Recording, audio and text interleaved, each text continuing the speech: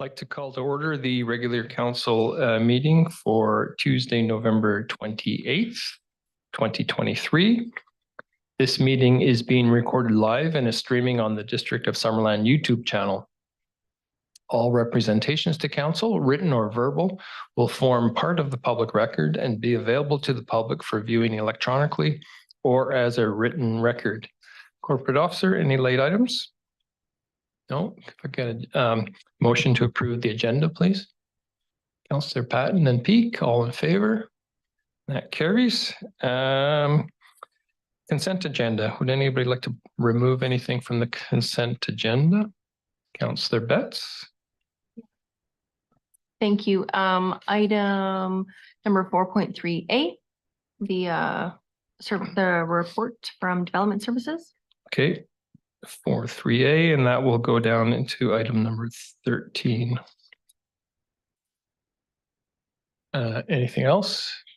Get a motion to approve the consent agenda as amended. Councillor Barkwell and Betts, all in favor? That carries. No bylaws from public hearings. So we'll go straight on to my mayor's report. So first of all, congratulations to the Chamber of Commerce for another successful Festival of Lights. Downtown was absolutely buzzing on Friday night with live music, fireworks, food, selfies with Santa. I don't know who took one of those, not me. Craft sales and much more. And also Light Up the Vines, which continues this weekend. It's easy to see why Light Up is one of the premier attractions of the Okanagan. The festival is the result of many hours work by chamber and district staff in planning, setting up, operating, and cleaning up. They do a great job, and they show how the chamber and district are able to work together for the betterment of the community.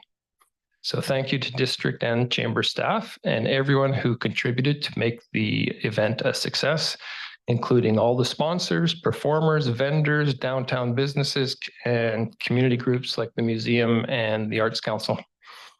As mayor, I once again had the honor of flicking the switch to turn on the Christmas lights at 7 o'clock on the dot.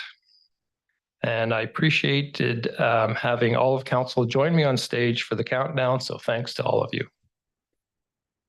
As mayor, I also had the honor, a different kind of honor, on November 11th to lay the wreath on behalf of the district and the people of Summerland at the Cenotaph in Memorial Park. Many thanks to the Royal Canadian Legion Summerland branch for continuing to organize such a moving and solemn Remembrance Day ceremony. It's heartening to see the community come out in large numbers, as we always do, to hear the rolls of honor of fallen Summerland soldiers and to pay our respects. When thinking of the sacrifices made by previous generations, it's difficult to understand all the war and terror that continues unabated today. The Middle East currently dominates the headlines, but there are at least 32 ongoing conflicts around the world today. The Russian invasion of Ukraine is one of them, of course, and a number of Ukrainian families have taken refuge in Summerland, including a man named Sergei Shuban, who was head of communications for the municipality of Krylovka, if I pronounce that correctly, which is a town in the southeast of Ukraine currently under Russian occupation.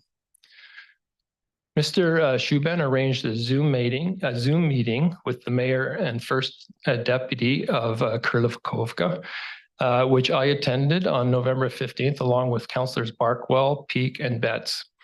More than 60% of their community has been displaced, including the mayor and the deputy, who spoke to us from a nearby city that's under Ukrainian control. I will write about our meeting in my next newspaper column, but safe to say the conversation was engaging and at times very emotional. When we asked how we could help, the mayor said he just wants us to all stand in solidarity with Ukraine for as long as it takes. On November 14th, I was joined by councillors Barkwell, Betts, Peak, and Deputy Mayor Traynor at the grand opening of the Okanagan's first utility-scale solar and battery storage facility, which we are calling the Summerland Energy Center. Also present were representatives from the City of Penticton, including Mayor Bloomfield, and from the City of Nelson. Those two municipalities also operate an electrical utility, and they were very interested in learning about our project. While the facility is still in the final stages of commissioning and testing, the solar panels have been connected to the grid since late October. And as of yesterday, they have so far generated more than 38,000 kilowatts of energy, which is the equivalent to the energy used by 42 homes in 1 month. On November 16th, Councillor Van Elfen and I attended the Regional District Board meeting, where we heard an inspiring presentation from Advocate Accessibility Partners. They are a volunteer group that's petitioning the provincial government to use professional American Sign Language interpreters and closed captioning or subtitles during important government announcements, especially in emergencies. The two presenters, one of whom is a Summerland resident, spoke to the board entirely in sign language through an English language interpreter. Everyone had questions and they answered them all with grace and humor. The district's Emergency Operations Center is now exploring options to incorporate sign language in its live video updates on wildfires and floods. And closed captioning has been made available for the online broadcasting of regional district board meetings. Motivated by the group's presentation, effective today, we are also making closed captioning available during our live broadcasts of Summerland Council meetings. While captions have always been available on the rebroadcasting on YouTube, they will now also be available when watching live on Zoom. So that we don't see them here, but people who have the Zoom app can turn on their captioning, and they'd be able. It'll be automatically captioned, everything we say. So not only does this signify our commitment to be inclusive and accessible to all our residents, it also helps build awareness for hearing people, as well as those who are deaf or hard of hearing. And finally, on behalf of Council and the District of Summerland, I would like to pass on our sincere condolences to our Silks neighbors on the passing of Elder Grace Grey Eyes. Many of us in Summerland knew Grace, and she was often here to provide blessings at various events, most recently at the Celebrate Summerland event earlier this year, as well as at the powwow between the lakes in Penticton. Grace had an amazing ability to humor and charm, while at the same time make us all feel really uncomfortable about our colonial past. She was a gem, and she will be missed. CAO, your report, please.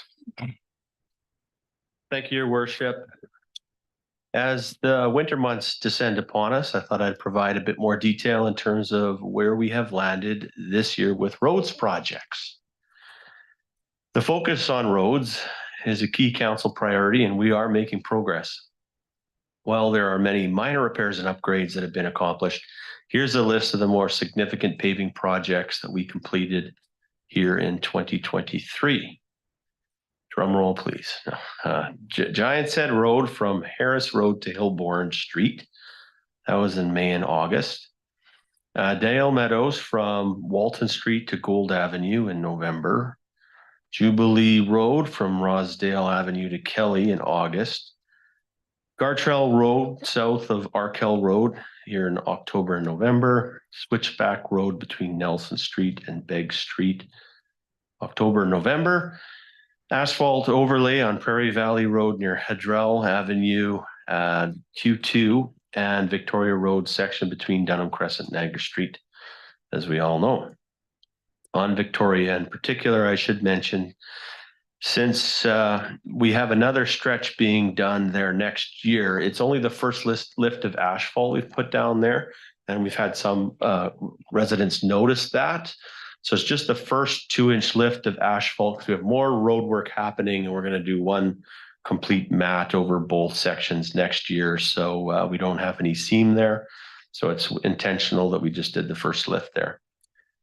Any of the above projects that are in our 20-year road and water master plan will also be updated within that plan to show completion of the project and the approximate cost. And that is available on the district website if anyone wants to look up that tool.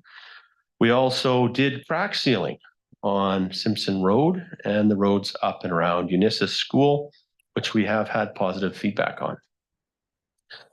Now turning our sights to next year, and of course, subject to any changes that might be made in council's upcoming budget discussions in the next few weeks, our plans involve the following. Part of Prairie Valley Road between Morrow and Cartwright. Now that's a 2-year project, so we'll be doing part next year. Dale Meadows Road from Gould to Hadrell. Finishing Victoria Road between Dunham and Agar. Design of Wharton between Kelly and Victoria. Design of Victoria north of Dunham. And patch paving and asphalt overlays in a variety of areas, including Canyon View and Blair. Finally, I wanted to mention we had a great turnout for the public tour of the new solar and battery storage site. The offer was made in the press release for the public to let us know if they'd like a guided tour of the project. Saturday, November 18th from 9 a.m. to 10 a.m. About 60 people showed up for the learning session. So special thanks to our Director of Utilities for coming in on his day off to provide insights and information. And I think I was supposed to pronounce that Hadrell, not Hadrell. And so I'll practice in a mirror next time before my report. Anyway, that concludes my report. Thank you. Council, any questions for the CEO or myself? No, so we'll move on to the public comment opportunity. Any member of the public like to comment on the agenda item? There's not really much here. So we'll move on to development reports, section 57 notice. Director of Development Services, please. Thank you, Worship. So section 57 of the community charter provides the ability of the building inspector to recommend to council that following notice and the opportunity for the landowner to be heard by council. I do note that the landowner is in attendance in the gallery here, and that she may want to approach council after my report. That council may pass a resolution directing the corporate officer to file a notice in the land title office, stating that a resolution regarding land has been made under section 57. And under this section 57, there's a part 1A and a part 1B that if for any contravention of our municipal bylaw that relates to the construction of safety of buildings or structures. And then 1B, the permit was that a permit was not obtained, or the inspection for a permit was not satisfactorily completed. And so for both those reasons, our building official has recommended to council that this building did not go through the necessary inspections, did not gain occupancy, and there was residential occupancy occurring within the building. And that residential occupancy being an unsafe situation. For that reason, he was recommending that we move forward with the section 57. As well, upon inspections from both our building inspector and the fire inspector, it's clear that the building in its current state is not meeting the minimum health and safety requirements of the BC Building Code or the BC Fire Code. So we presented previously on this property in this situation in September 26, 2023. We provided a notice of a remedial action order that was directed by council, providing 30 days to lock up the existing structure to prevent any future occupancy. A site inspection was conducted by district staff in early November and found that the owner has satisfyingly completed that lockup. So we're happy with the progress that's been made following the issuance of that remedial action order. However, despite this, we are still recommending council move forward with the section 57. Currently, the structure is just locked up to prevent future occupancy, but there still needs to be a plan and an action occurring on the property to bring the property into compliance with our building bylaw, specifically either a renovation or a demolition of the existing structures. A section 57 will also inform any lenders or potential purchasers of the property that there's an outstanding non-compliant situation, and at such time as when things are brought into compliance, we would be totally prepared to move forward with removal of the Section 57 at that time. And I'm happy to take any questions, but I think the owner does want to provide comment. Thank you. Okay, thank you. Would the owner like to address council? Okay.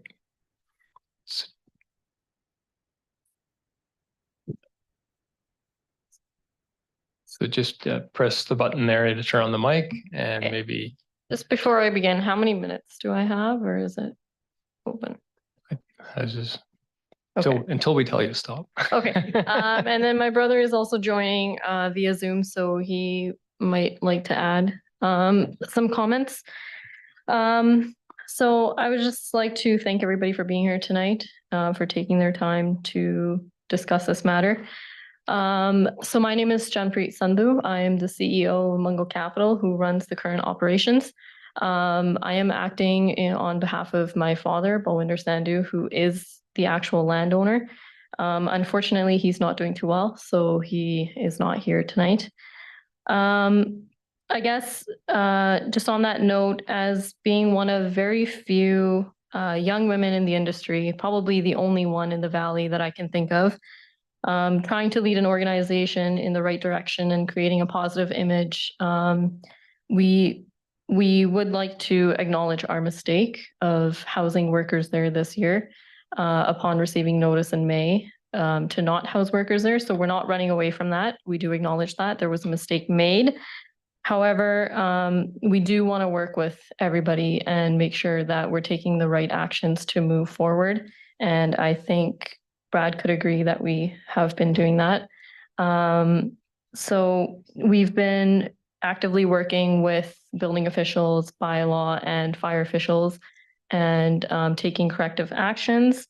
There's still a lot of work that is still pending. That is subject to making decisions on our plans going forward. So we actually were waiting on ALC approval, which we just received last Friday. So they've approved that we are allowed to house up to 45 workers on the property.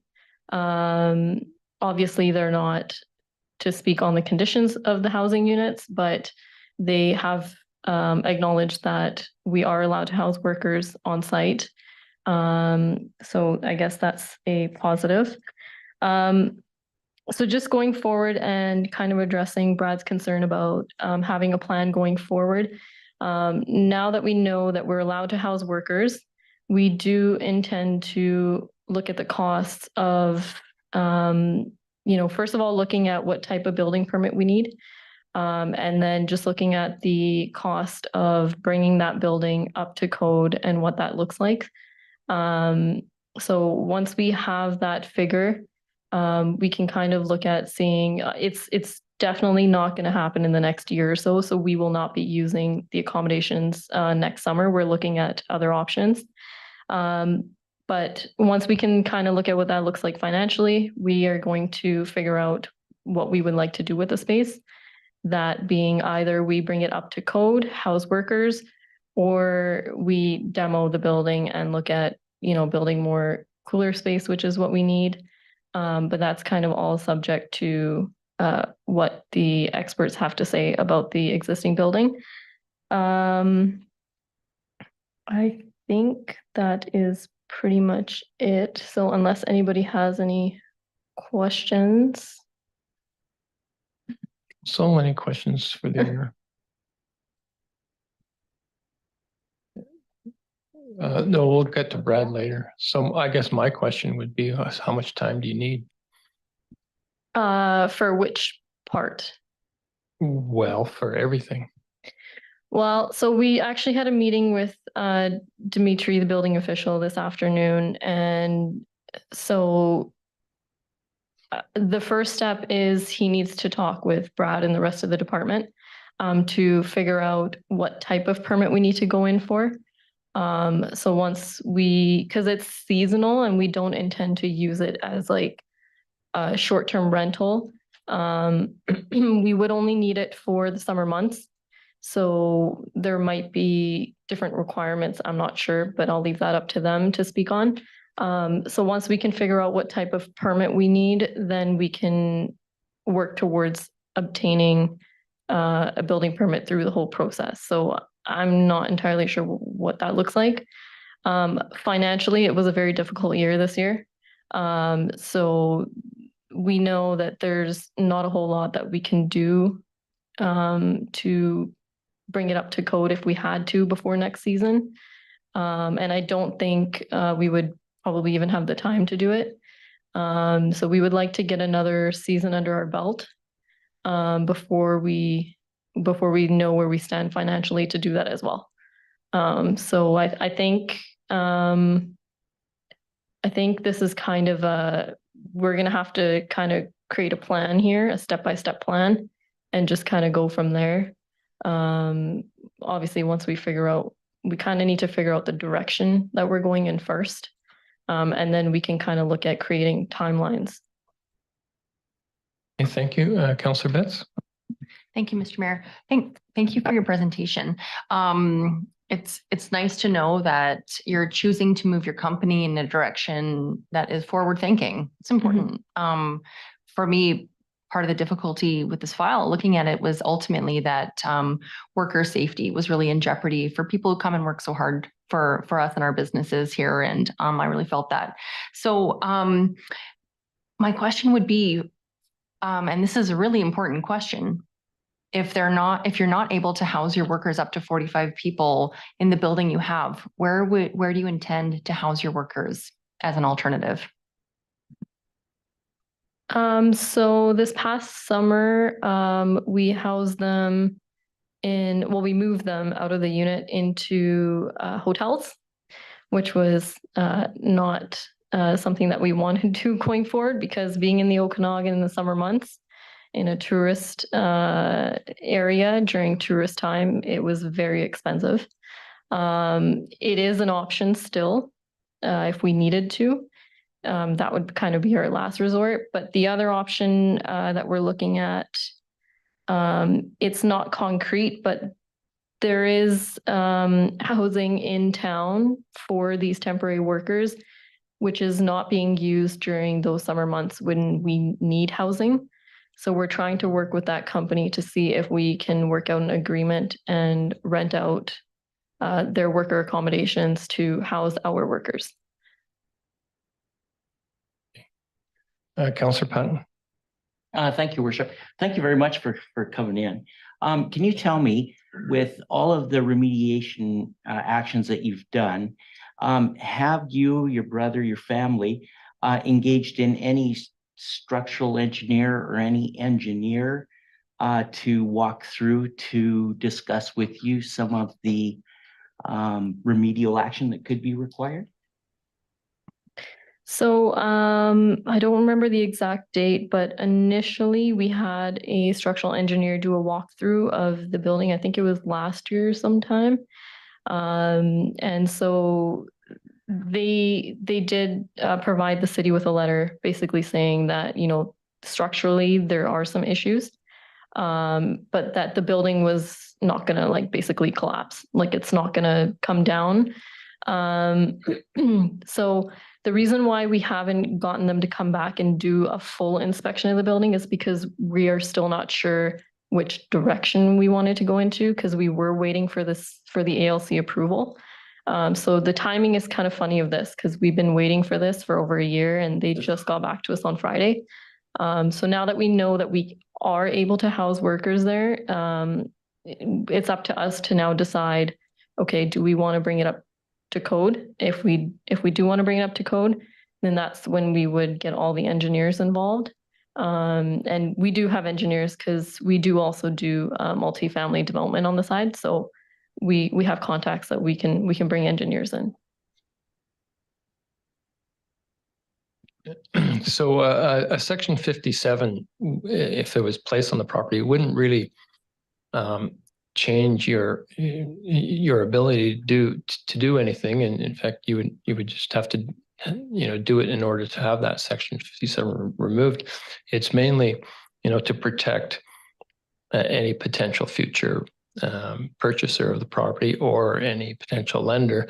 Now, it's none of my business whether you intend to sell your property or whether you intend to borrow money. It's none of my business. But that's kind of the purpose of the Section 57 is to protect ourselves in case of a scenario like that. So, but really, it doesn't change. Change what whatever plans you might have to make. So I'm just wondering, I guess, what the issue is. It actually does. So I was going to actually touch on that, the main part, but I forgot.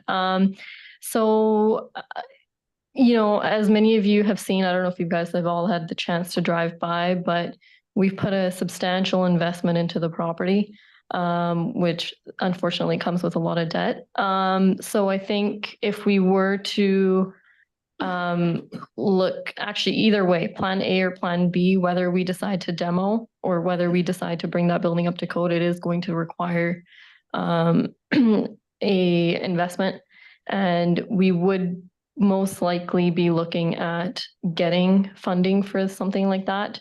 And if we are, so currently our bank has been notified already, and they are a bit concerned about the situation that is going on. So if we were to look at the bank for getting additional funding to help us with getting all this work done and bringing the building up to code and or demoing the building or whatnot, they would not be happy with having the Section 57, which I think that would just kind of delay us being able to fund any improvements that need to be done or demoing the building. So it does affect our ability to basically solve this. Councilor Reynolds. Thank you, Mr. Mayor. Question through to our planner. So if there was a Section 57 put on this building and the landowners went... Sorry, Councilor. Let's just clear the questions for the owner first, and then we'll ask staff. Anybody else have questions for the owner? So, sorry, just want to know when do I get to go in? I apologize. Yeah, no, go ahead, sir. Okay, so sorry. I'm Champion's brother, Paul Winder. Sandy was my dad as well. I'm currently in Toronto, so there's some things that were stated that I think needed to be added. First of all, congrats to the Chamber of Commerce as well for another year of light up, which I unfortunately missed. Growing up in Summerland, it was something that I always looked forward to. So congrats to the team for putting that together. I think a couple of weeks ago, we had provided a plan to the city officials in regards to what the steps included. There was 3 or 4 alternatives. The first was we need to know where the ALC stood. As you guys know, our business is a fruit exporting business. We've got a state-of-the-art facility where we look to provide gateway and a platform for growers to market their fruit overseas and get better returns than they have been with their current packing facilities. That was the purpose of the investment. That's what we were doing. So therefore, obviously, we need workers to do that. Couple of things that need to be noted before we apply for workers to stay at our accommodations. That BC Housing is reviewing those sites and facilities. Understand that BC Housing does have a different regulatory framework, but that is provided along with Service Canada inspections. So it was not that it wasn't. I guess my point is that there were third-party individuals that audited the place at the separate time. Again, the Summerland having their own code, which is totally understandable.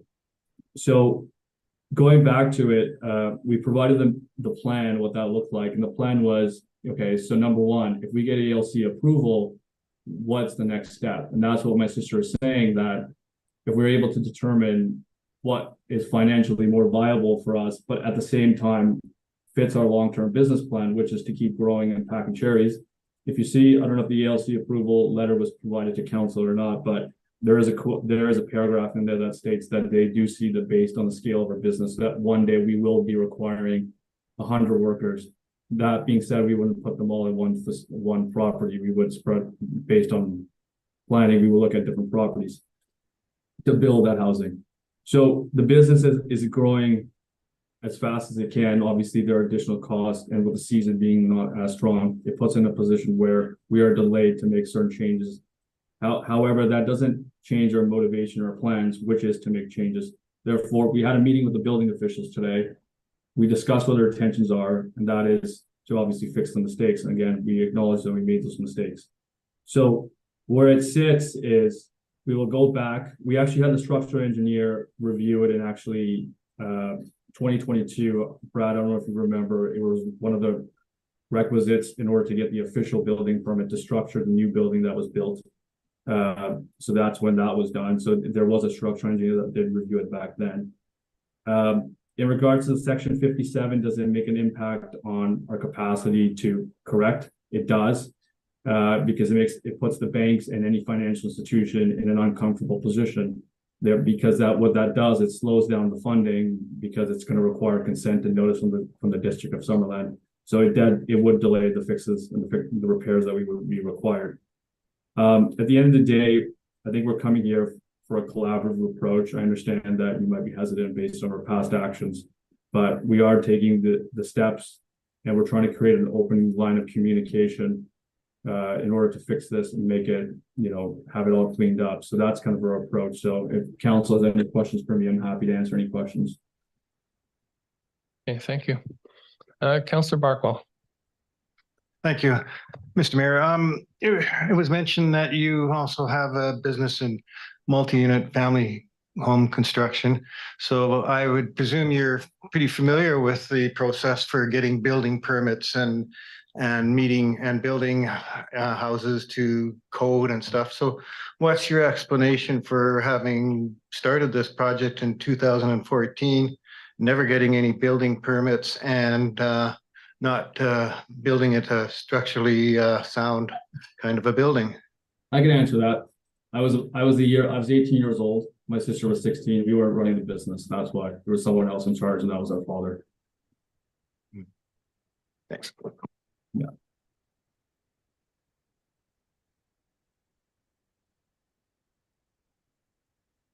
Councillor Beth. Thank you, Mr. Mayor. I think the main question here is that we can obviously see there seems to be a commitment to forward progress. But how do we maintain when there has been a fair amount of back and forth over a long period of time? How do we ensure that building remains unoccupied? If there was not a section 57 put on the title, as I understand it would affect lending. Yeah. So, but how do we ensure that building remains unoccupied? So during our meeting today, during our meeting today, we've discussed how to deal with that. And the first thing in place was a compliance agreement that we could have a end goal that we work towards. We also provided the building officials the opportunity to do ongoing. I understand that might be a concern for the district because it would be costly to doing ongoing inspections without notice. And then maybe Champri, let me know if I missed anything else. I was just going to say, physically, part of the remedial order was to fence off and put on some pretty sturdy locks. So the entire structure that is under question has construction fencing around it and signage, a lot of signage. It's been completely locked up and boarded up, so nobody can get in. One of the other things that I kind of suggested is that we can remove all the appliances. There's already, the water has been cut off, the electricity has been cut off. So there's going to be nobody living in there. So.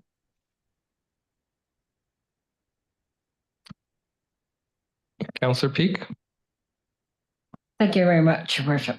I'd like to thank the family for being present today to bring your ideas forward and to discuss this with us.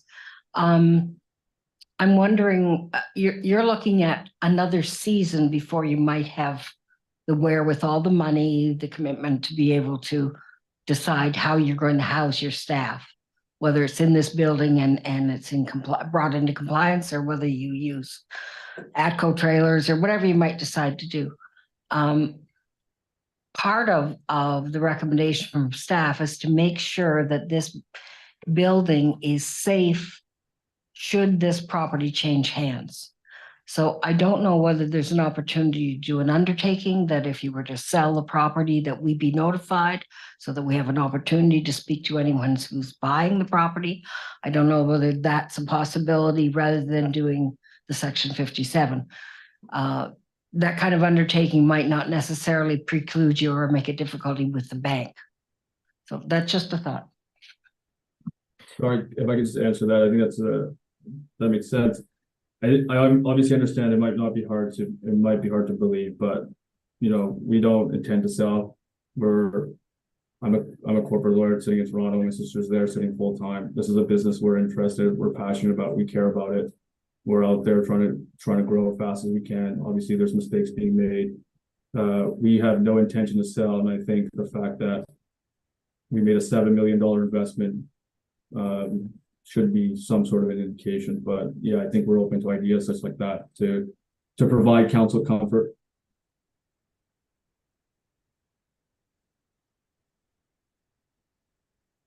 Councillor Van Elfen. Now, can I ask the planner? If nobody else had any further questions for the owners, I'll thank you. I'll thank you both. Yeah. Thank you. Thank you for your time. Thank you. Councillor Van Elfen. Thank you, Mr. Mayor. Through to our planner, then on a Section 57, if it's on this building, does that hamper the family from borrowing money for other parts of their industry, so to speak? To your worship, to Councillor Van Elfen, I think potentially yes, because it would go on the land title. And it's a large property that they own there, and they have multiple facets of their business, multiple structures, including the new building that's provided there. So, and we usually require with Section 57 is that it gets priority over other mortgages in terms, and that's why they did reference the administrative burden of having to inform all their lenders. That is true. That is a requirement of Section 57 is it takes priority over the other more items on title. Councillor Patton. Thank you, Worship, to our director. So a new building got built. Was this addition or this building there prior to the new building? It was. My question is, was a building permit obtained for that building, but maybe not for the purpose that it was, the end use was? If council remembers that we did talk a bit about the history of this unpermitted building that's subject of the Section 57 in our September report. There was some aerial photographs showing how it kind of like expanded over time. None of it received the benefit of a building permit being issued by the District of Summerland, with these kind of gradual expansions over time in behind their kind of existing residential building there. With regards to the new building, we recognize the current situation they were in when they came forward with their large expansion. We recognized that there was no permits issued for that. So we treated that new expansion as pretty much a new structure that was provided a separate building permit.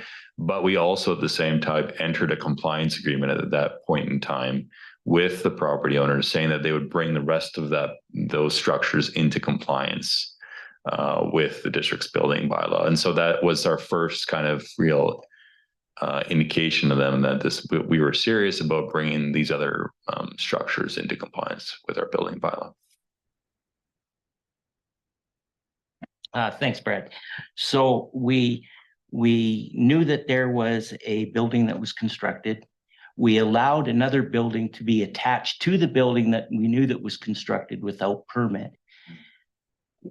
And please forgive me, being in not anymore, but being in the business, why would you have not included that building within the building permit of the new building?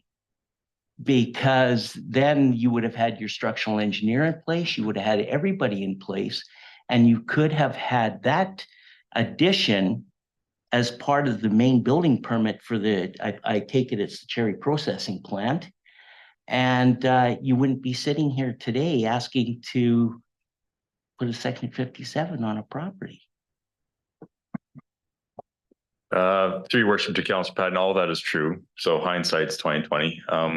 My philosophy with applicants, we give them the benefit of the doubt. And this was our first dealings with Bikram and Champreet here when they first came in the door with regards to the expansion of their business. And they were fairly aggressive with the fact that they wanted to get this building going because they had some timelines that they needed to get, and it was coming regardless from the location as to where they were getting it from.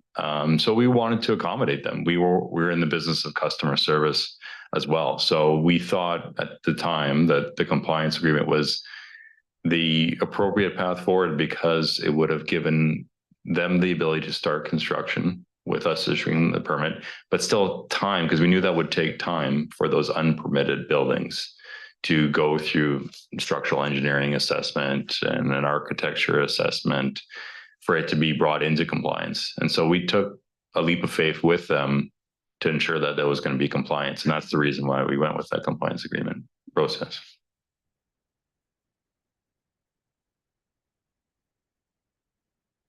Thank you, Mr. Mayor. So listening to the family here tonight, you know, with the section 57, it could hamper their abilities to finance and run their business, so to speak. Is there any other recommendation? Like they've fenced it, they've boarded it, they've signed it, they're willing to pull the appliances out of it. They've both admitted, you know, there's been mistakes made. Are they responsible for all the mistakes? Not necessarily, maybe some of them, but definitely not all of them. You know, they've inherited a situation, so to speak, that there's got to be compliance. Can a compliance agreement work for your planning department? You know, I mean, we have bylaw, we have building officials, they're out and about on a daily basis. You know, they have the ability to pop in there at any given time. If something odd is happening, we throw a section 57 on it. But in the meantime, at least it gives them the ability to run their business, obtain financing when needed, and gives them the time to make a decision. Do they want to fix the building? Do they want to tear the building down? You know, do they want to replace it with multiple ATCO trailers for their farm workers accommodations? It gives them time. I don't know. It's just a thought I want to throw on the table. Councillor Barkwell, then Pat. So if I understand Councillor Patton correctly, you're suggesting that there should have been no permit for the new building, or maybe put it another way, a permit for a new building would be leverage in getting the rest of the area up to snuff. And staff decided that, you know, we'll accept their promise to bring everything up to snuff, or code, I guess is a better word, and give the permit, based, you know, which probably is reasonable too. Both paths are reasonable. My question is, what year was that? Correct me if I'm wrong, Becker, it was 2022, I believe, Yeah, when we issued the permit. Yeah, Spring. 2022. Just to add to that, we have to say that one thing's for sure, like we made a mistake. But the building officials led by Brad and the bylaw team and the fire team, they've been very supportive of our vision. They have been, even with this, they've been very supportive since day one. They understand we're a growing business and we're two young people trying to do this. And I also want to say thank you to Brad and his team for supporting us to get to this place and pushing forward. So I forgot to add that, but I wanted to add that, but sorry. Yes, 2022. Councillor Patton. Thank you, Worship. Yeah, Brad, kudos to you for working with the applicants. Don't get me wrong. That's phenomenal. I'm proud to see that that's what we did.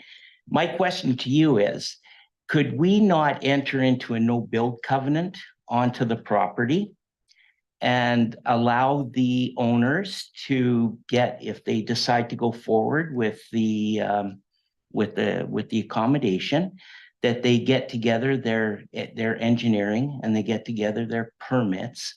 And then once they are ready to proceed, then we can have that no build covenant removed.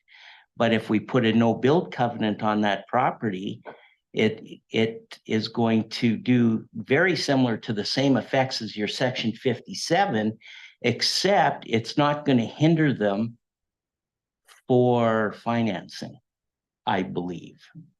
So I listening to Councillor Van Elfen, that kind of just popped into my head. Your worship, to Councillor Patton, I wouldn't, that is definitely an option as an enforcement tool. I wouldn't recommend that as an enforcement option for this type of situation, because we are trying to get them to complete work. To actually apply for a building permit, whether it's demolition or renovation, it could be part of it. But I think like it could be a moment of time that we're saying don't do anything on the property and there's a no build covenant in place. But ultimately, we want to get to them to the place where they're coming forward to that building permit, and then we're going to be kind of then going through a lot of administrative work to place the covenant and then release it. Again, it being priority over all of the lending institutions, it still needs to be the priority when we place a covenant like that type. Informing all their lenders that this is covenants going on title. It seems a little more administrative and not what we're wanting to achieve for the context of this application, which is a building permit application to be submitted to our office. Sorry, Your Worship, can I just add something if that's okay, or? Yes, go ahead. Okay, so I think the idea here is that everyone thinks that we're going to go with accommodations. As the business grows, we're going to need more cooling space for packed product.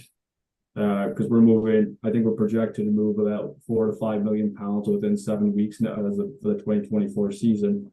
And sometimes due to different issues, like this past year, we had an issue with the port, so we couldn't ship via ocean to Asia or to Europe.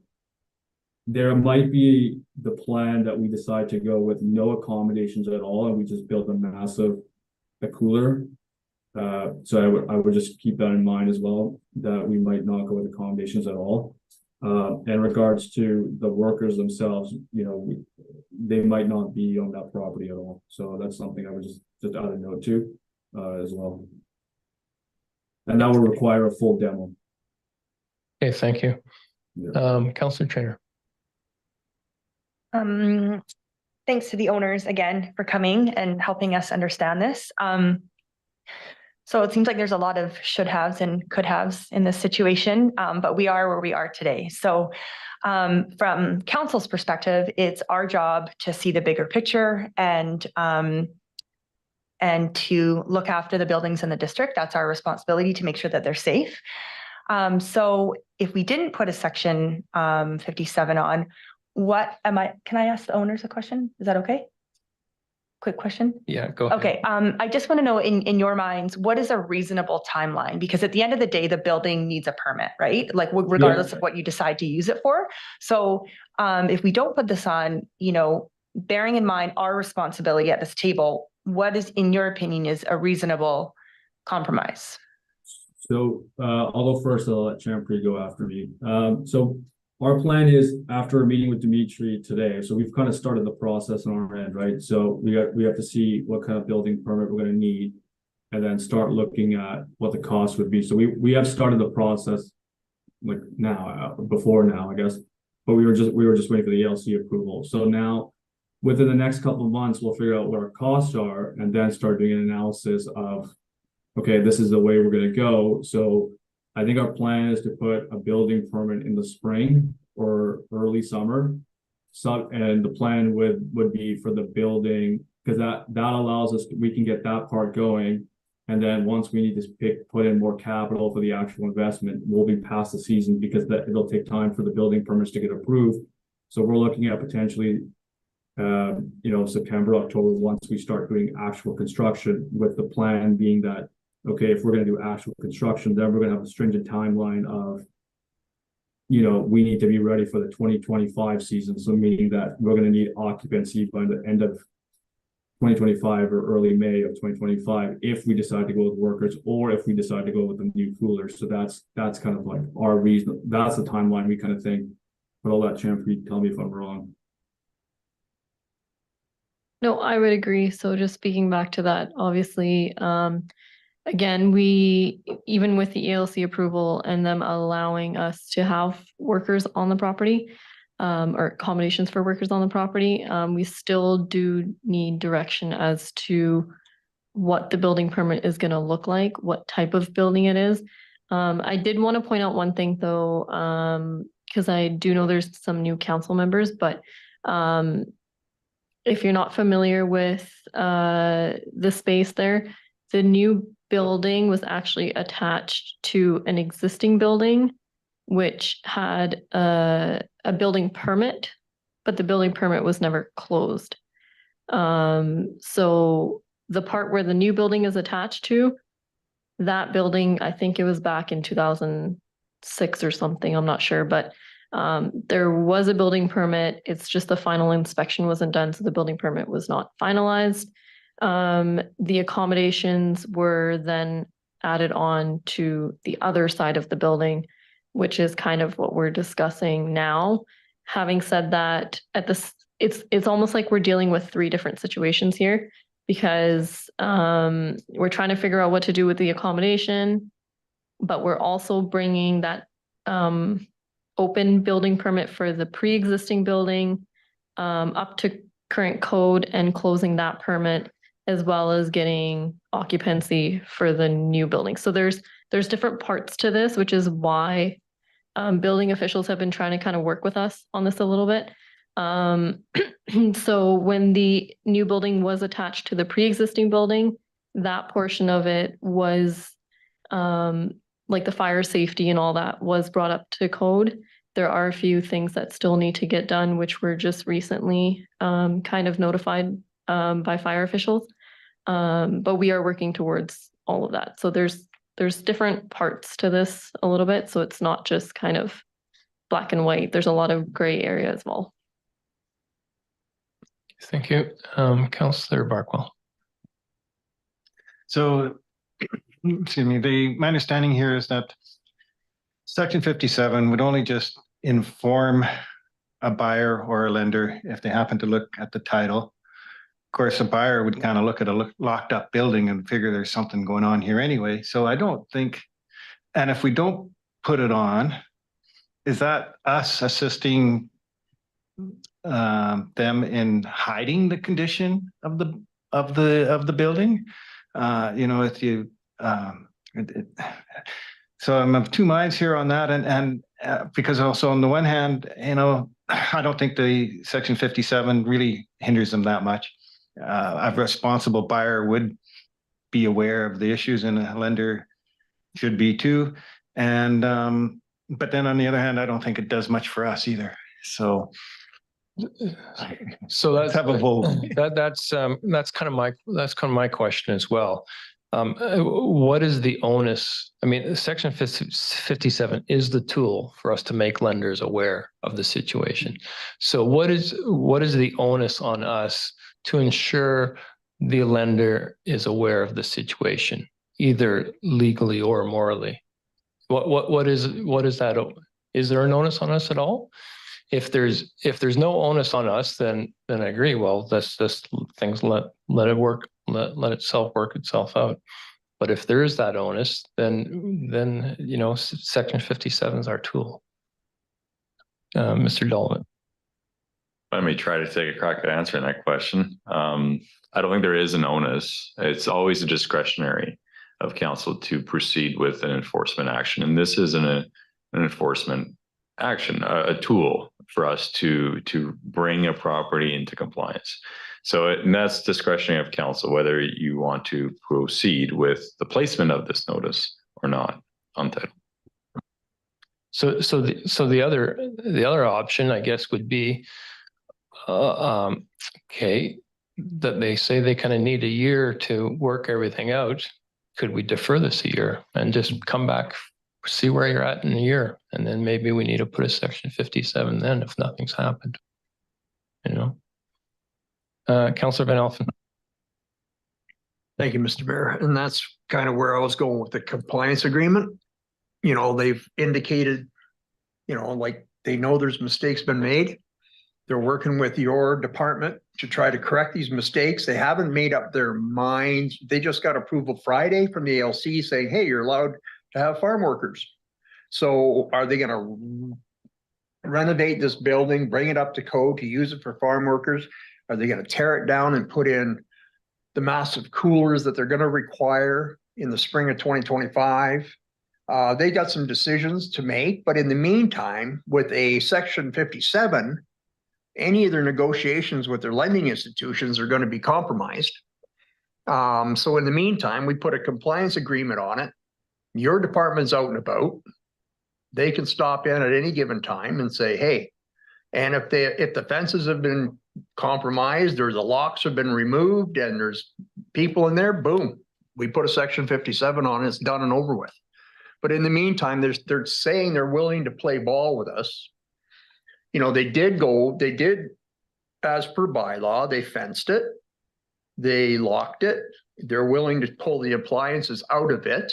So I don't know, that's where I'm kind of going towards. I mean, I'm grateful to see this business in our community, the investment of $7 million for a state-of-the-art cherry packing facility. I'm not the only, I don't grow cherries, but I know a lot of people that do and then have utilized this facility in their first year of operation who are thrilled because they're not having to truck them to Kelowna.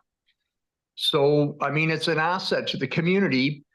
Is there going to be growing pains? Yeah, there's definitely some growing pains, and I can understand that.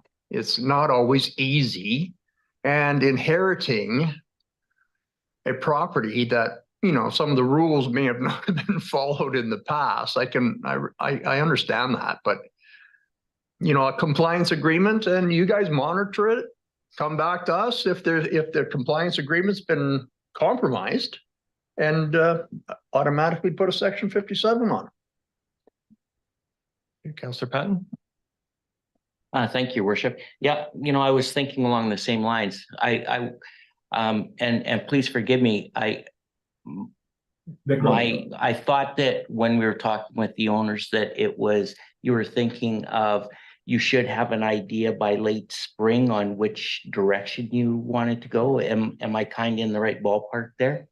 Yeah, that's correct. Perfect. So what we could do instead of a year, we could say before say end of April of 2024, that the process has begun where we've got an application in to Development Services for building or demolition. It gives Brad and his team the opportunity to figure out what kind of renovation or what type of application it is for it. But it would that way, if it's not done, let's say by April 30th or whatever, that staff is directed to attach a section 57. Then we've given the owners the benefit of the doubt here. They've told us that they've come, you know, and I really appreciate mistakes happen. God knows I've made enough. But, you know, to come forward and say, hey, look, we made a mistake. I'm willing to give the benefit of the doubt that this is going to be rectified. They've gone through and they've locked it up, as Councillor Van Elfen has said. But I would say that if early spring, end of April, and would that be enough time to have a decision on which way that you would be proceeding? Yeah, I think that would be enough time. Yeah. Sorry, I was gonna add, I think it'd be enough time to make a decision, but consultants these days are quite expensive, so putting the actual application might require a little bit more time. That's the only hesitancy that I have with your plan, is just getting things actual in motion because of the scale of the project. That's the only thing, but we would have a decision made by then, of course. Thank you. Even if you were engaged, the registered professional would be in contact with Brad. And then that we know that that he would be engaged, and there would be some remediations coming forward. So anyways, that would be something that would work. Okay, Councillor Peak. Yes, I would certainly like to see, I'm very pleased that we have the business in the community. I certainly understand family dynamics and the way things work. It's unfortunate that we had a number of steps or missteps on this. But if there is remediation working towards the monitoring that we need, even if it was by June, that we know what direction you're going in, and that those kind of permitting and the opportunities with your engineering is working along, then I think it's hand in hand. And with the fact that it is locked up, we'll continue monitoring it. You'll know that we're monitoring it. That's a cost to us. That's a cost to the rest of the community for us to do that. But I think that sometimes it's a partnership in terms of making things happen. But I think there is an opportunity to do this in a safe and responsible manner that safeguards the things that we're responsible for and brings you to the decision-making process with your family and whatever you need to engage in terms of building or consultants or engineers or whatever. And you have a hand up if you have a business. Okay, so there seems to be some interest in us for this to come back to us at some point next year. Maybe not consensus exactly when, but at some point. So just corporate officer, what would be the best way to approach this? Is the best thing is to put this on the table and to defer it at a set time, or what is it, just make no resolution at all this time, or what would be the best? My recommendation would be to defer it until April 30th is what I heard from council. But just be aware that we would have to go through the same process of notifying the applicant, having the building inspector here to make his representation under the community charter, as well as the applicant before we go through that date. So it'd be whatever the May date is in November 2024. Okay, Councillor Barkmo. Well, I would suggest we give them a year, see how next year's cherry season turns out. That may make a big difference on their plans. Yeah, I would comment maybe from the applicant. Yeah, I think that would definitely be helpful because it kind of, I mean, this year, just to kind of speak on it a bit, yes, we did face, for example, issues with not having enough cooler space. And so that's one of the reasons why we were looking at possibly turning that space into a cold storage facility. However, we were in contract with BC Tree Fruit, as many of you know, and a lot of the cooling space was used up for them this season and their fruit was not moving. So next year, we might find that we're okay with the space that we have and we might not need cooling space. And that also kind of will depend on, like, having that information will help us decide, okay, do we need to, bring in more cooling space, or do we just bring the building up to code? And then as well, we do have that, the financial ability to maybe do more of the work on our own as well. So it just helps us make those decisions a lot better after the season, if you guys are okay with that. Okay, Councillor Betts. Thank you, Mr. Mayor. I'm good with that. I completely understand seeing your business through a season, through an additional season, to understand the needs of your business. Get it? For me, I am okay to defer for 1 year. Okay, so what we need is somebody to bring the motion forward first and seconded, and then we'd need somebody to bring a motion to defer with a specified date.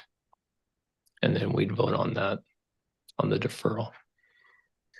Councillor Betts, you're bringing the motion forward. I'll bring the motion. Second. Councillor Peak. Okay. Somebody want to make a motion to defer? We don't discuss deferrals. And you need a date. Councillor Peak. Thank you, Your Worship. Brad, help me out.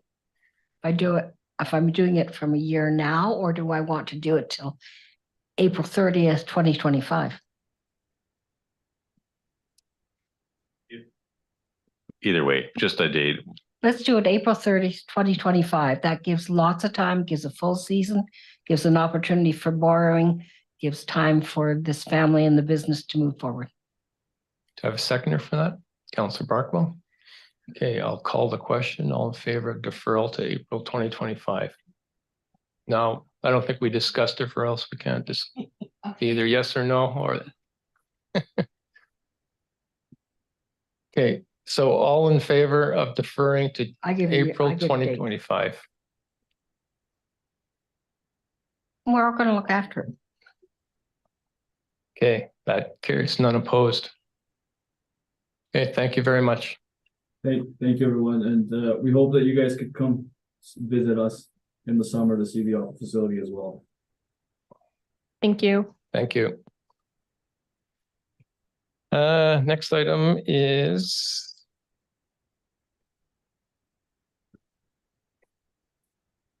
development variance permits, and Ms. Tui's taking this. Good evening, Council.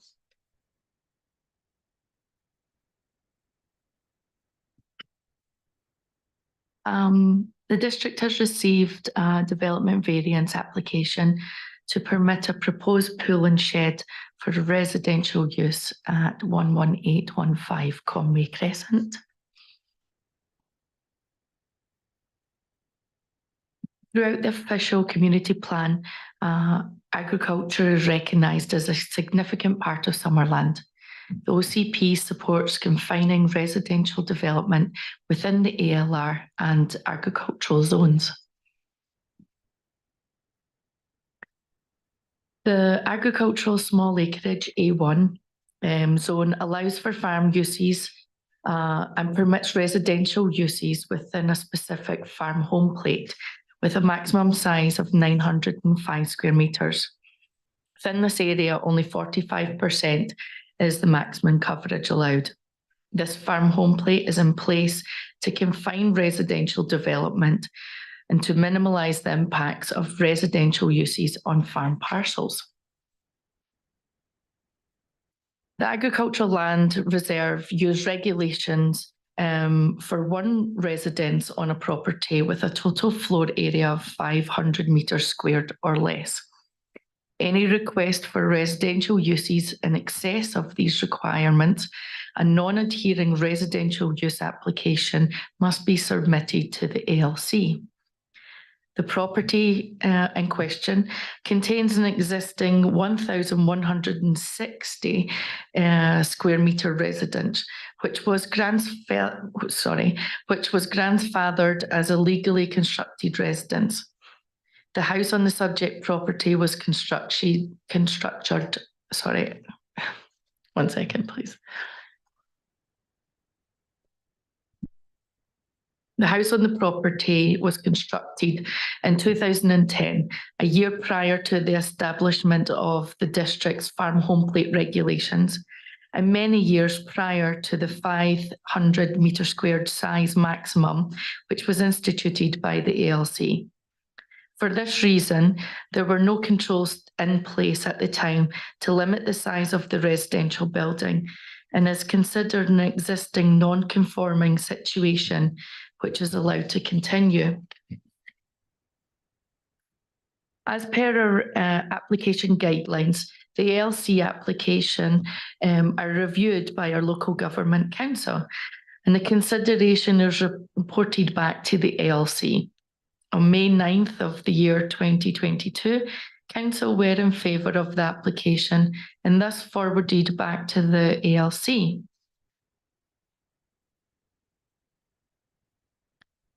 In turn, after a full review of the application submitted, to the ALC directly the comments, considerations and resolutions brought forward by the district. The ALC awarded the application in favour. Although the application has been approved by the ALC, there is the matter of the local government bylaws that must also be adhered to. And with that comes the application I bring forward to you today for the 2 variances still required to construct the pool and the pool shed. To fulfil the development variance application procedures, the application was brought forward once again to the Agricultural Advisory Committee. There was a discussion at length regarding how the property came to be more residential than farming, how we can mitigate this happening in the future. The committee were in support of the recommendation put forward to them with an additional condition of planting a buffer along the east property line, which abuts another farm, and that they would like to see a restriction put on the property that no future residential uses be added to the current farm home plate. Through our GIS system at the district, staff are able to do an approximate area size on the property. As you can see from this diagram, the residential side of the property outweighs the farming portion. This application is required as the pool is not seen to meet the criteria or farm home plate regulations. However, a pool and a small shed are common accessory uses to a residential use, which is permitted in the district's bylaw. Although a residential addition to the existing dwelling would not be supported by staff, given the size of the existing home, it does seem reasonable to allow for the structure given the current use of the property. The visuals here show you the location of the pool that would be constructed on the existing lawn in front of the house, facing east. And an aerial view shows the pool in relation to the rest of the property.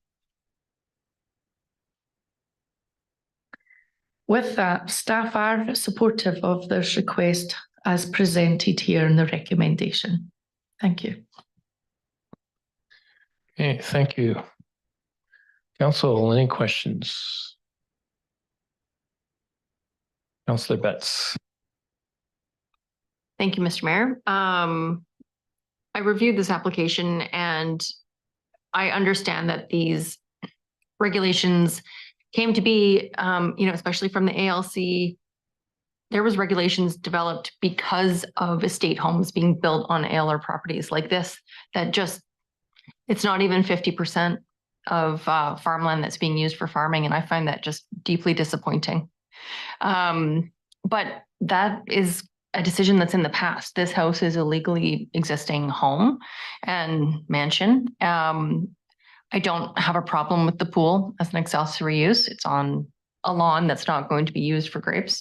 But I read the additional correspondence about how, it doesn't really seem like adequate or that landscape buffering is required because the neighboring properties are downslope. And I would agree with that. I don't feel the need to require landscaping. Thank you. Councillor Peak.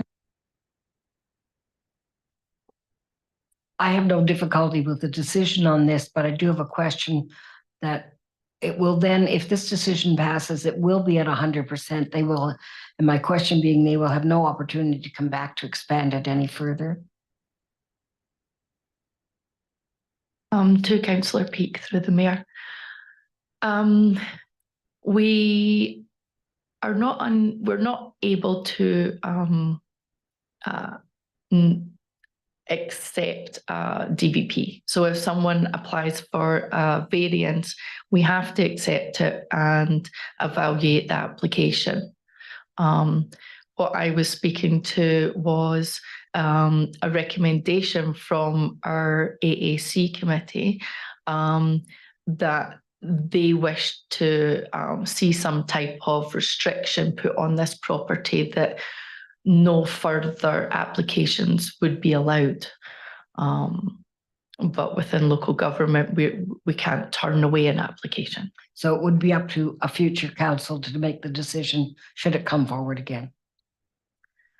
To speak to Brad, it may be something that you are able to do, but Brad can speak to that. Thanks, Shannon. Yeah, to answer, yes, a future council would have to weigh into that decision as to grant a further variance for any expansion of the residential use. Thank you. Councilman Elfin? Thank you. Through the mayor to our planner, but a future resident or expansion of residential use, that could be like a suite in their existing building. Like that's not gonna take away from the home plate. I just don't want to restrict it. Like, I don't want to have a restriction that maybe they have a family member move in and they create a suite or something in the basement. I don't want to see that, that being hampered. It's a good question. I think the regulation that they had to get ALC approval for was the maximum size of the residential structures. So they've now got an approval for a certain size based on what's there, including the pool and the shed. So if they put in a suite, they could still do that within that footprint of the existing structure, and that's permitted within our zoning bylaw. I would bring the staff recommendation forward, deleting the last line, plant an adequate landscape buffer along the neighboring farm to the east. If you stood on the neighboring farm to the east, you wouldn't see. It's impossible to see the swimming pool because it's like this. So I don't see the necessary. So I would put that. Okay, unless you're really tall. Oh, very tall or standing on top of another building. Second by Councillor Peak. Any further discussion? I'll call the question. All in favor? And none opposed, that carries. Item 9.3, another DVP on Sully Road, and this will be Mr. Baker, I believe.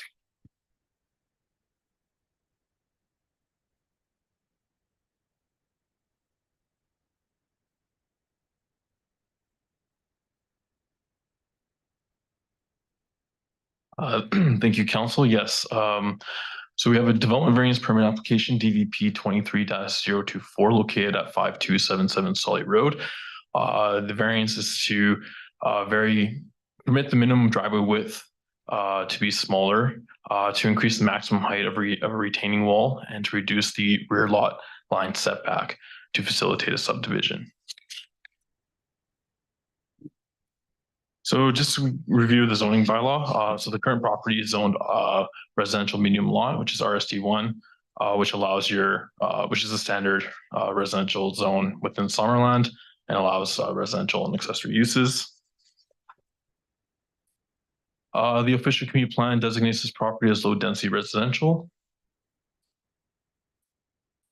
And this is the proposal here. So this is the property, sorry. So they like to create two lots. So proposed lot A would be located in the purple here. Sorry, Greg, could you stop it? Thanks. And then proposed lot B would be located in the orange polygon right there. Should be noted that the lot in purple, or proposed lot A, would be 1,904 square meters, and it's meant to retain the existing single detached dwelling, whilst proposed lot B, which is in orange, would be 865 square meters. That would be the lot where they could construct a new single detached dwelling. And it should also be noted that these two parcels should be approved, would share a driveway, which would require a driveway access easement on proposed lot B. In order to proceed with the subdivision, the following variances are being requested. So it's just to amend the driveway access bylaw to reduce the minimum driveway width from 5 meters to 4 meters. the zoning bylaw to vary the retaining wall regulations to permit up to 4.6 meters from 2, and to vary the rear lot line setback on proposed lot A from 7.5 meters to 6.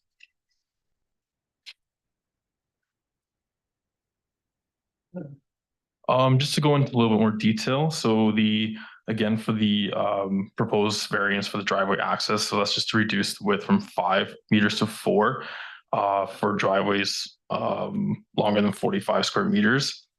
The variance would eliminate requiring an easement and maintenance agreement on the adjacent property located at 13811 Phillips Avenue.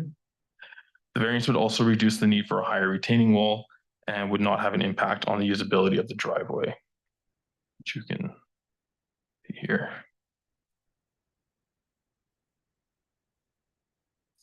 For the second variance, which is to vary the height of the retaining wall from 2 meters to 4.6 meters, the retaining wall is approximately 15 meters long. And the proposed variance would have minimal to no impacts on the adjacent properties.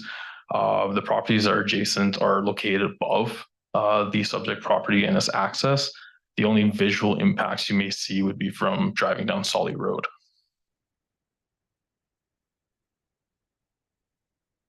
So this is just to show, please know this is not to scale, but this kind of show a visual of what the retaining wall placement would look like. Again, not to scale. As per the engineering's report, should a retaining wall be placed in this location, it would enhance slope stability. As you can see that the slope looks a little eroded above.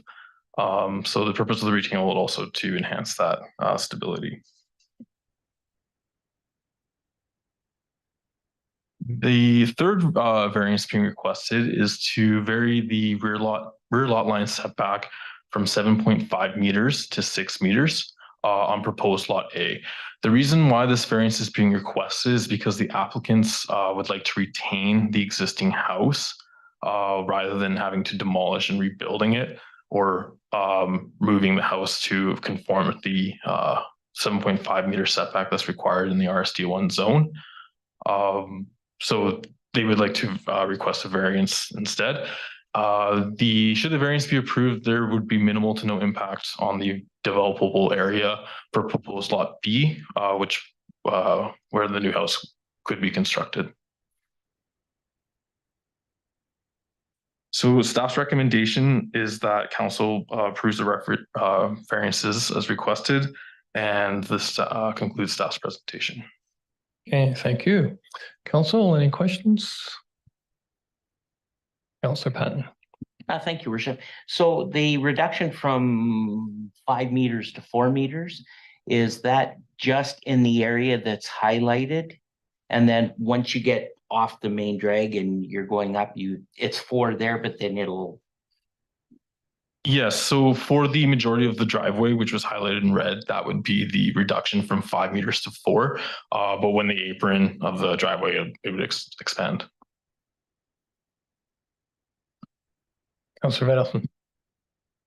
Thank you, Mr. Mayor. Question through to our planner. I don't have a problem with this. I would put the staff recommendation on the table, but 3 variances, is that 3 fees? Or 1 fee? I'm just curious. Yes, it would just be 1 fee, which is $750. So you're putting it on the table, Councillor Bell? Okay, second, Councillor Trainer. Any further discussion? Yeah, this is a tough property. I think it's a classic example of our topography that you need to deal with, and so it's totally understandable. All in favor? None opposed, that carries. Item 9.4, DVP on Kelly Avenue. Mr. Baker. Thank you, Council. So yes, we have a development variance permit application, DVP 23-025, located at 13206 Kelly Avenue, so right in the downtown core, actually just across the lane here. So this is to consider an application to reduce the minimum number of parking spaces required for the number of apartment housing units from 4 to 3, and to allow that 100% of the total gross floor area of the first story be used for residential.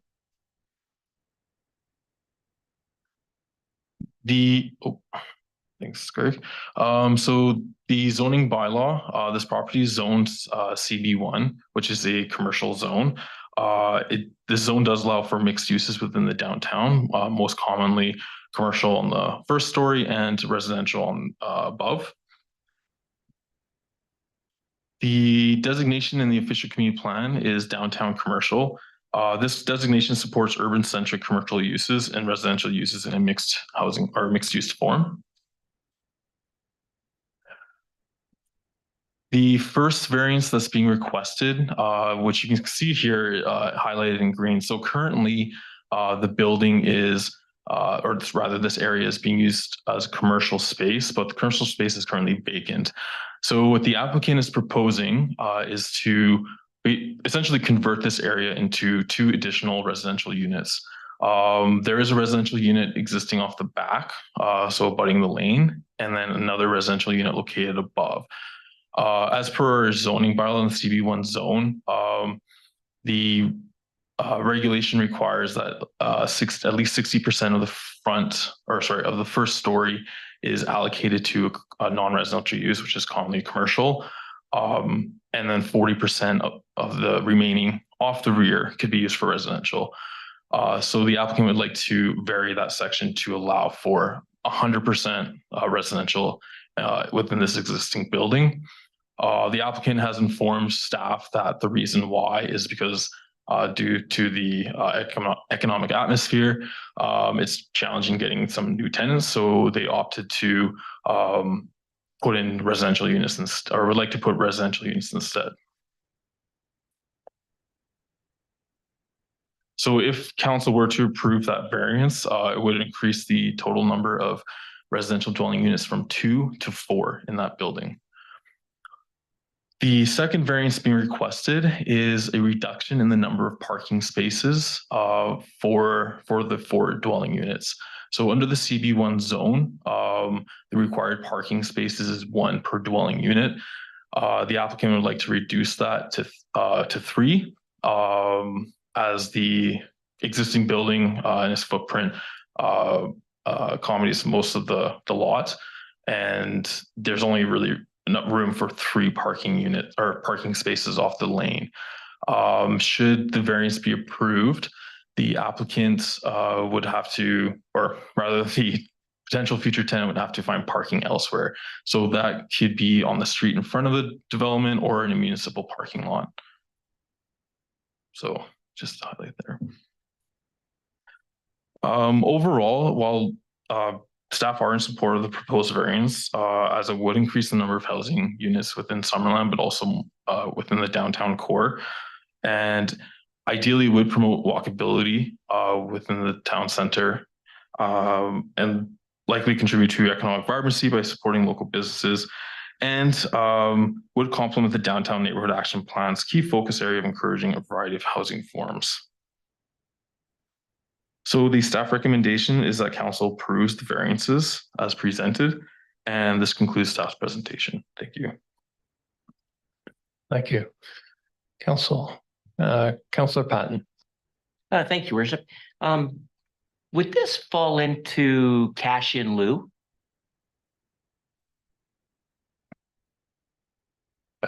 To your worship, to Councillor Patton, yeah, it does relate to our most recent discussion on cash in lieu of parking in the downtown core. It's kind of fortuitous that this is coming forward at the next meeting. Right now, our cash in lieu is only specific to commercial uses.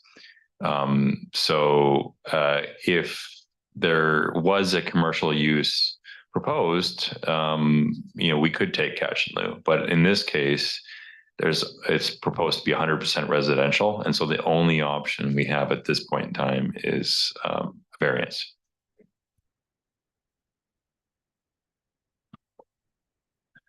Anyone else? Councillor Bett. Thank you, Mr. Mayor. I found this request an interesting one because looking at it from a business perspective, it is a challenging economic environment, but on top of that, that's a challenging location in some ways. I mean, that's how I would look at it. So I can understand that they're trying to shift, change gears and provide housing, which is in more demand sometimes than small business right now. If they were to change the designation for now and go residential in that structure, it would ideally attract somebody who doesn't have a car. You know, it's very walkable. You can walk everywhere and access all the amenities. But in the future, if say there was an opportunity to build fresh on that spot, to demolish and build a new building, would it then revert back to requiring business on the main floor, or would it now be a residential zone for that home? Good question. Through your worship to Councillor Betts, so that the variance stays with a particular building or application, it doesn't stay with the land. So if a variance is required for a structure to be approved, for example here, for us to allow for a residential renovation, if the building was to burn down the very next day, they would have to be brought forward into compliance with their zoning bylaw at that time, either through then another variance process to council again, or compliance with our existing zoning. So what's before council tonight is just a variance, not a rezoning of the property. That makes sense. Thank you. Though we may want to revisit their zoning at some point in the future. I mean, that's possible when we do our OCP review and all that. Councillor Van Elfen. Thank you, Mr. Mayor. I'll bring forward the staff recommendation. Do I have a seconder? Councillor Patton, any further discussion? I'll call the question. All in favor? And none opposed. That's carries. Bylaws for adoption. This was discussed last meeting. It's for adoption of Quinpool bylaw 2023-023. Somebody wants to bring that forward.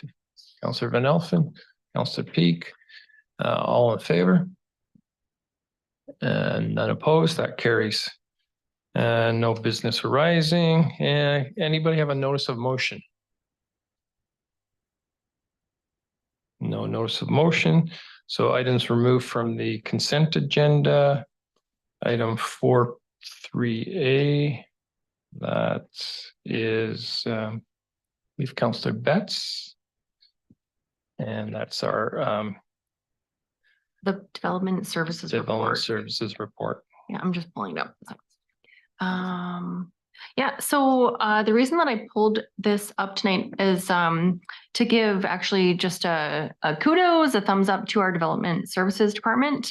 I would like to note that in the building permit activity tracking, there have been some significant efforts with staff, like rescheduling staff time and just efforts to reduce our timeline to building permit issuance, which have been effective.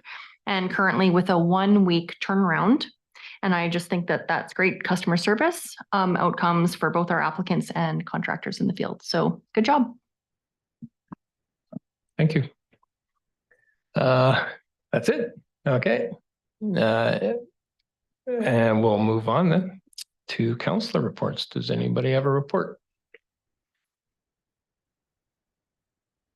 Councillor Van Elfen. Thank you, Mr. Mayor. Just elaborating on your report at the RDOS meeting with the presentation of they want to be called deaf, not hearing impaired, because impaired has bad connotation, if that's the correct words. So they like to be called deaf. And it was such an interesting presentation. And it was so interesting to hear their presentation and how important it is to them to have the closed captioning, especially in emergency services, like when there's a flood or fire or some kind of catastrophe, they have no way of knowing, and then when they have the closed captioning, and then a lot of times too, this person that's doing the American Sign Language in the background is so helpful to them. But, you know, it's a great start for us here at the community or at the District of Summerland if we can, you know, having the closed captioning on our YouTube. So, because we have people in town that are deaf. So it was very interesting. And just furthermore, I was honored to attend the Diwali celebrations at the Hindu temple in Trout Creek, and I sent your best regards, Mr. Mayor, and they were so excited. You know, they're so grateful to the District of Summerland and again to our fire department for allowing them to have their fireworks display. And kudos to everybody involved in the Festival of Lights. It was a wonderful evening and it wasn't freezing out that bad. Thank you. Not too bad. Councillor Barkwell. Oh, yeah. Thought I saw a hand up. No? Okay. Councillor Peak. Thank you, Worship. I wanted to congratulate the chamber. I thought it was a wonderful evening for Light Up, but I also wanted to say that we had a change of venue for the mayor's reception to the Art Center, and that was a great space to do that in. And I really enjoyed the time to be able to meet some of the members of our committees and have discussion. And those people had a nice bit of discussion across various tables. So it was a well in tune time and a nice celebration. The other thing I'd like to say that I wanted to thank the Arts Council. They did invite council to come to the celebration on the Thursday evening of the opening of the seasonal art show and sale that's on. Apparently that did get misplaced so that not everyone was invited to that. Doug and I did go there and they accorded that as being council's representation. So I wanted to let council know that it was a very nice celebration, and I'm sure that they'll correct that invitation for another year. Well, thank you both for being there to represent us.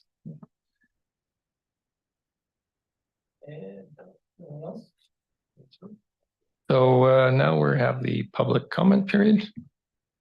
Either member of the public, Marianne.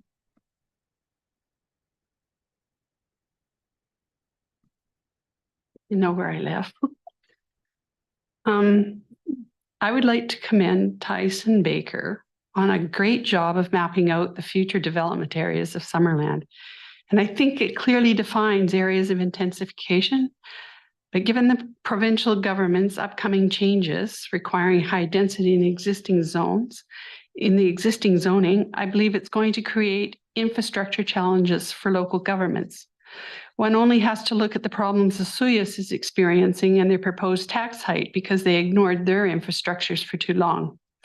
And while water, sewer, power, and roads are not flashy projects, I wonder what would happen if the District of Summerland got out in front of the issue and provided update infrastructure plans for the area and focused on upgrading these fundamentals, which would then enable developers to take advantage of the federal government's planned cash injections into creation of new housing. In response to the provincial government's upcoming mandates, I am hoping council will change their direction or refocus on these issues, because I do believe that we cannot continue to expect the onus to be put on the developers. And without a concerted plan, we could end up with a scattered development at best and extensive need for infrastructure renewal. And demolished buildings do not generate tax revenue. And I would also like to say at this time, Merry Christmas to everybody. And I am saying Merry Christmas, not Happy Holidays. And I hope everybody has a good Christmas. Thank you. Okay, thank you. Merry Christmas. Although it's still November. Mr. Bessler, you have anything? No? Okay, so motion to adjourn, please. Councillor Van Elfen, Councillor Betts, all in favor?